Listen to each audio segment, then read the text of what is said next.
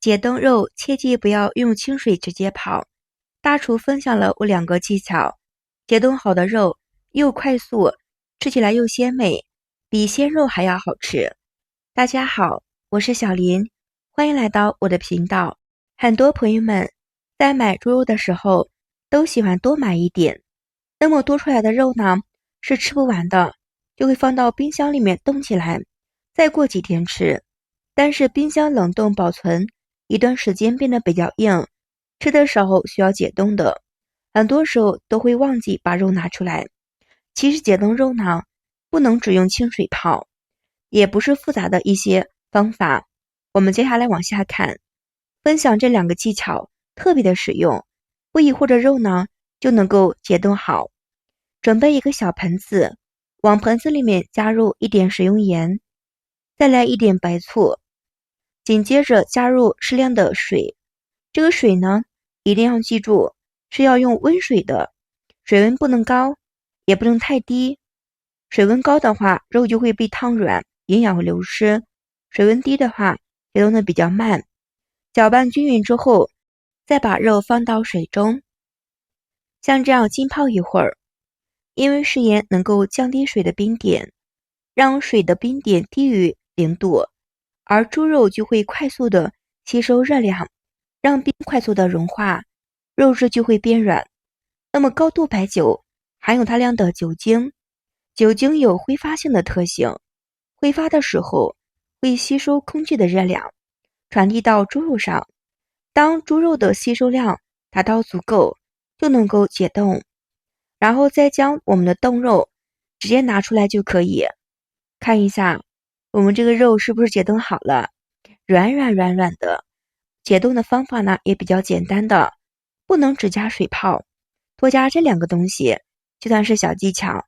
你用水再来解冻肉试一试，保证解冻好的肉呢又快速又好，而且呢味道比较鲜，营养不流失的。平常生活中，很多朋友们解冻猪肉的时候都是用热水泡，其实呢这个方法不可取，营养流失，口感是比较差的，因为呢肉咬不动，营养大部分都丢失掉的。像这样做呢还是非常不错的，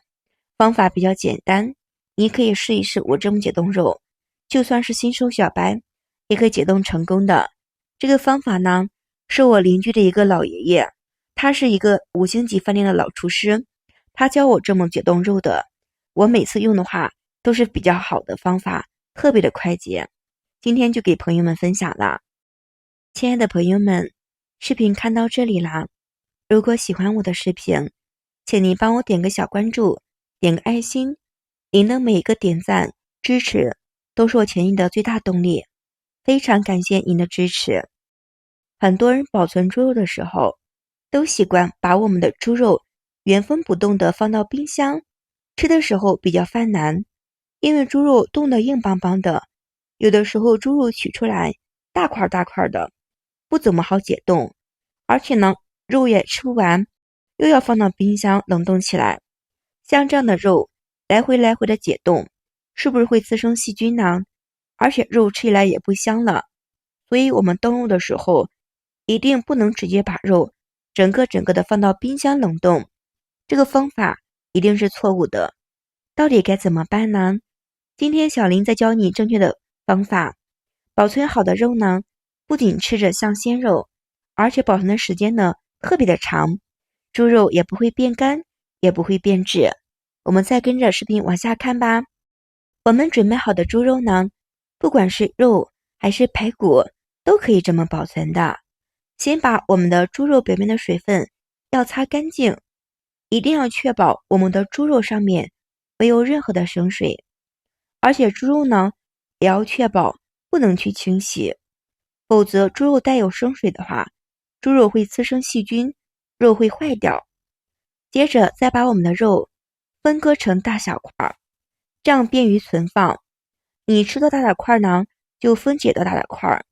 解冻的时候呢也是更加的快捷。这几点事情呢，朋友们不要搞错了，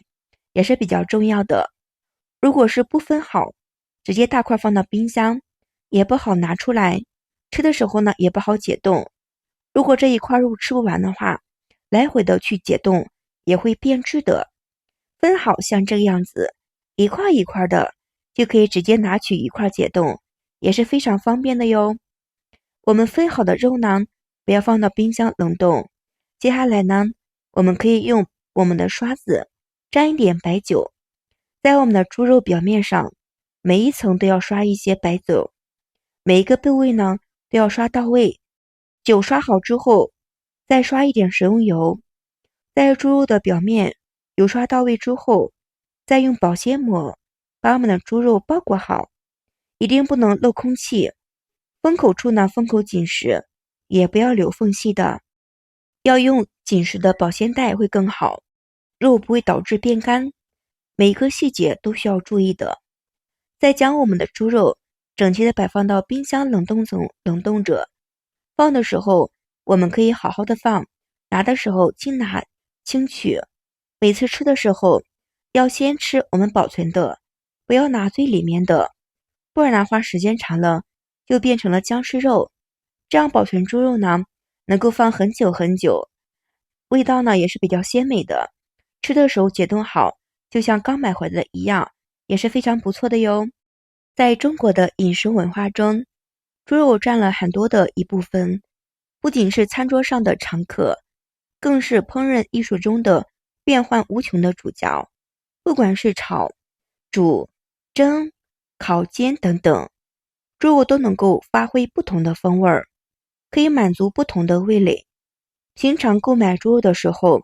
很多人往往都只关注了肥肉的比例，却忽略了不同的部位带来了一些独特的口感营养差异。今天给大家说一说猪肉中的几个好吃的部位、营养的部位。肉铺老板都夸你真的是一个懂行的肉的行家选肉，